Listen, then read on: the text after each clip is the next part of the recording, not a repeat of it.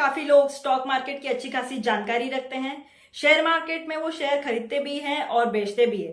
तो आज ना मैं आपको ये नहीं बताऊंगी कि कौन से शेयर्स लेना चाहिए, कहां से लेना चाहिए, बल्कि आज हम ये देखेंगे कि क्यों स्टॉक मार्केट बहुत इंपॉर्टेंट है हमारे लिए, देश की इकोनॉमिक ग्रोथ के लिए। हम देखेंगे कि स्टॉक मार्केट के अंडर कौन से मार्केट्स आते हैं और आखिर क्यों स्टॉक मार्केट्स को हम काफी बार सिक्योरिटी मार्केट भी कहते हैं। तो चलिए चलते हैं थोड़ा सा बैक टू बेसिक्स।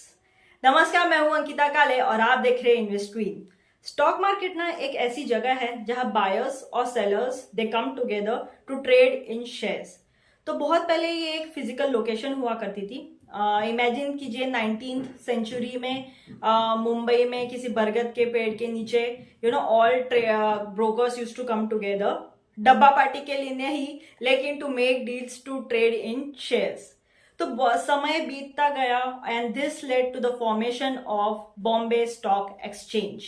और आज stock market is no more bounded by the physical boundaries of BSE building.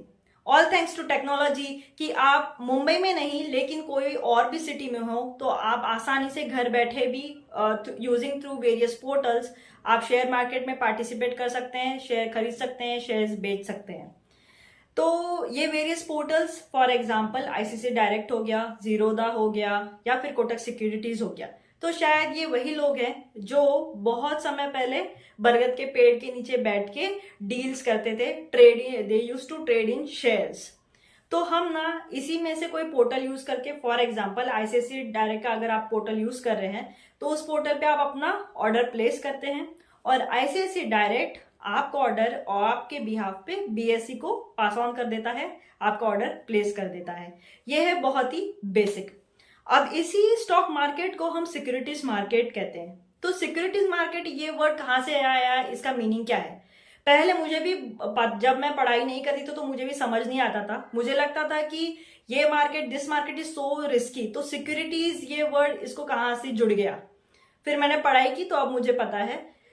देखते हैं इसको डिटेल में। सिक्योरिटीज ये जो वर्ड है इसका मीनिंग क्या है? तो सिक्योरिटीज ये इंडिकेट करता है, ये इसका मीनिंग ये है कि ये कोई भी इन्वेस्टमेंट इंस्ट्रूमेंट है, या चाहे वो फिर गवर्नमेंट का हो या फिर कंपनी का, which indicates the evidence of ownership यानी शेयर्स या फिर क्रेडिटरशिप जैसे बॉन्ड्स या डिबेंचर्स। अब शेयर्स, बॉन्ड्स, डिबेंचर्स ये हम आगे देखेंगे। फिलहाल आप इतना समझिए कि ये जो सारी चीजें हैं इसी को हम कहते हैं सिक्योरिटीज। एक बात आपको याद रखना या समझने के लिए बहुत जरूरी है कि सिक्योरिटीज में ट्रांसफर ऑफ ओनरशिप जो है वो रहती है। जैसे अगर मेरे नाम पे, मेरे पास फॉर एग्जांपल एलएनटी के बहुत सारे शेयर्स है तो वो मेरे ओनरशिप में, मेरे नाम पे, तो I can transfer my shares, मेरे भाई को मैं दे सकती हूं, तो ओनरशिप चेंज हो गई। इसी को कहते हैं हम सिक्योरिटीज। अब एलआईसी की पॉलिसी अगर हो मेरे नाम पे या फिर अगर मैंने कोई बैंक का लोन लिया हो तो वो अगर मेरे नाम पे है तो वो मैं किसी और के नाम पे नहीं कर सकती। इसीलिए एलआईसी पॉलिसी हो गई या कोई लोन हो गया, वहां पे आप ओनरशिप ट्रांसफर नहीं कर सकते। इसीलिए ये चीजें जो है वो सिक्योरिटीज के अंडर नहीं आती। आई एम श्योर कि अब आपको शायद समझ गया हो गया कि सिक्योरिटीज क्या है और स्टॉक मार्केट को हम सिक्योरिटीज मार्केट क्यों कहते हैं। क्योंकि वहां वी ट्रेड ऑफ शेयर्स जहां पे ओनरशिप ट्रांसफर की जा सकती है। अब ये सिक्योरिटी मार्केट जो है उसके अंडर ही आता है कैपिटल मार्केट और मनी मार्केट।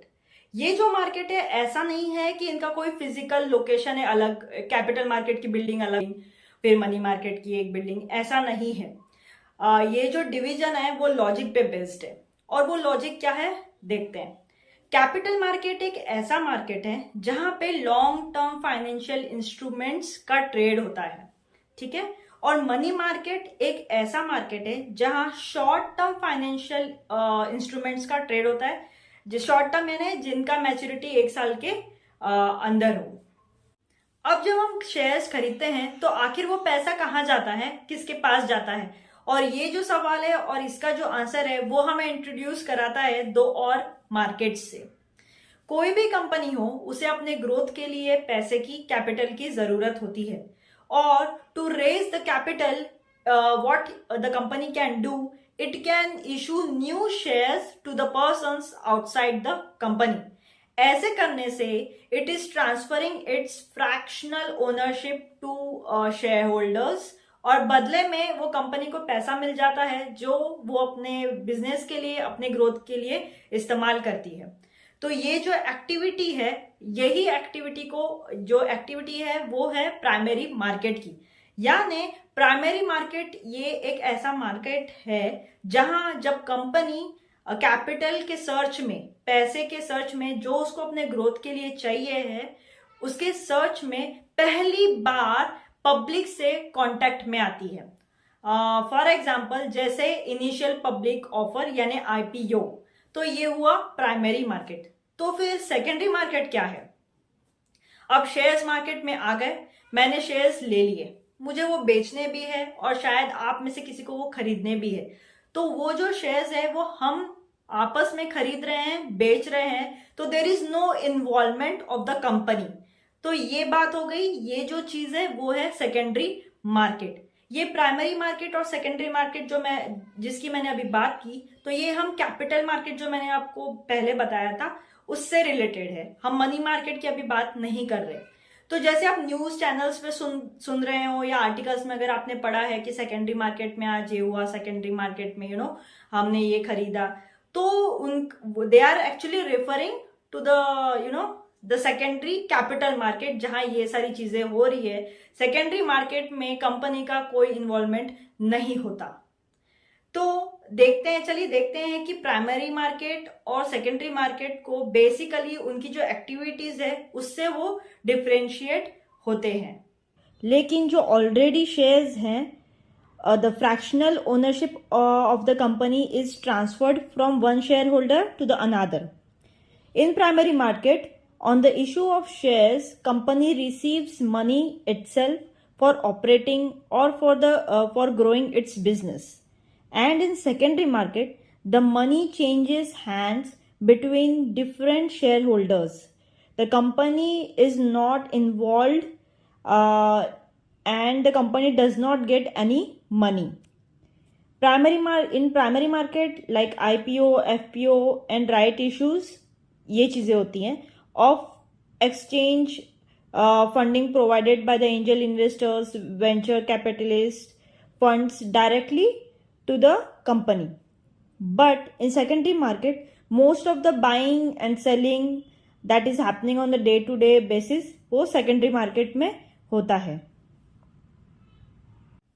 तो ये डिफरेंस था प्राइमरी मार्केट और सेकेंडरी मार्केट का बेस्ड ऑन देयर एक्टिविटीज।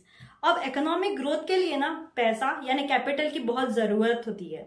तो जो न्यू वेंचर्स है, they struggle a lot to raise the capital because it is too much risky to put money into new ventures. इसीलिए bank उन्हें loan देना नहीं चाहती और बैंक ने लोन देना भी नहीं चाहिए, क्योंकि बैंक एक ऐसी जगह है जहां हम जैसे रिटेल इन्वेस्टर्स का जो छोटा छोटा अमाउंट है वो इकट्ठा करके बैंक बनती है।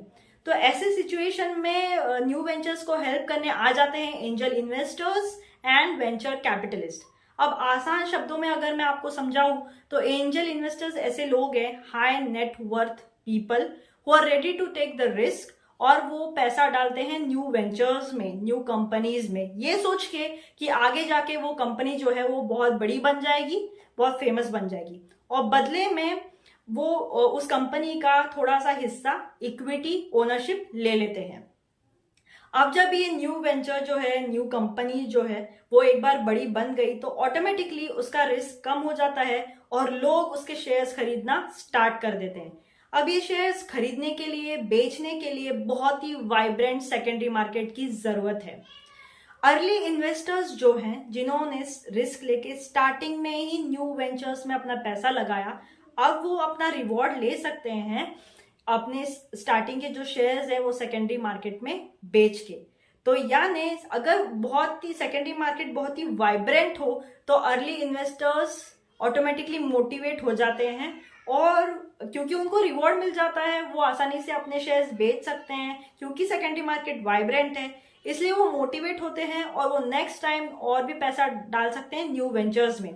इसका मतलब ये हुआ कि सेकेंडरी मार्केट और प्राइमरी मार्केट एक में पे डिपेंड है। अगर प्राइमरी मार्केट नहीं होता तो सेकेंडरी मार्केट नहीं आता, और अगर वाइब्रेंट सेकेंडरी मार्केट नहीं होता तो अर्ली इन्वेस्टर्स मोटिवेट नहीं होते न्यू वेंचर्स में पैसा लगाने के लिए। So the bottom line is both the primary market and the secondary market are very much critical for the economic growth of our country. चलिए, आज का ये टॉपिक बहुत ही इंपॉर्टेंट था। आई होप इससे आपके काफी बेसिक्स क्लियर हो गए होंगे, क्योंकि अगर बेसिक्स आपके स्ट्रांग है तो आपको कॉन्फिडेंस आएगा स्टॉक मार्केट में पार्टिसिपेट करने के लिए।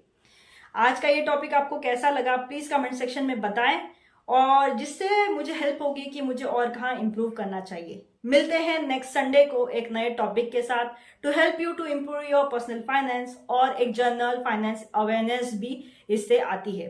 Please don't forget to like, subscribe and share. Till then, bye bye, take care, thank you.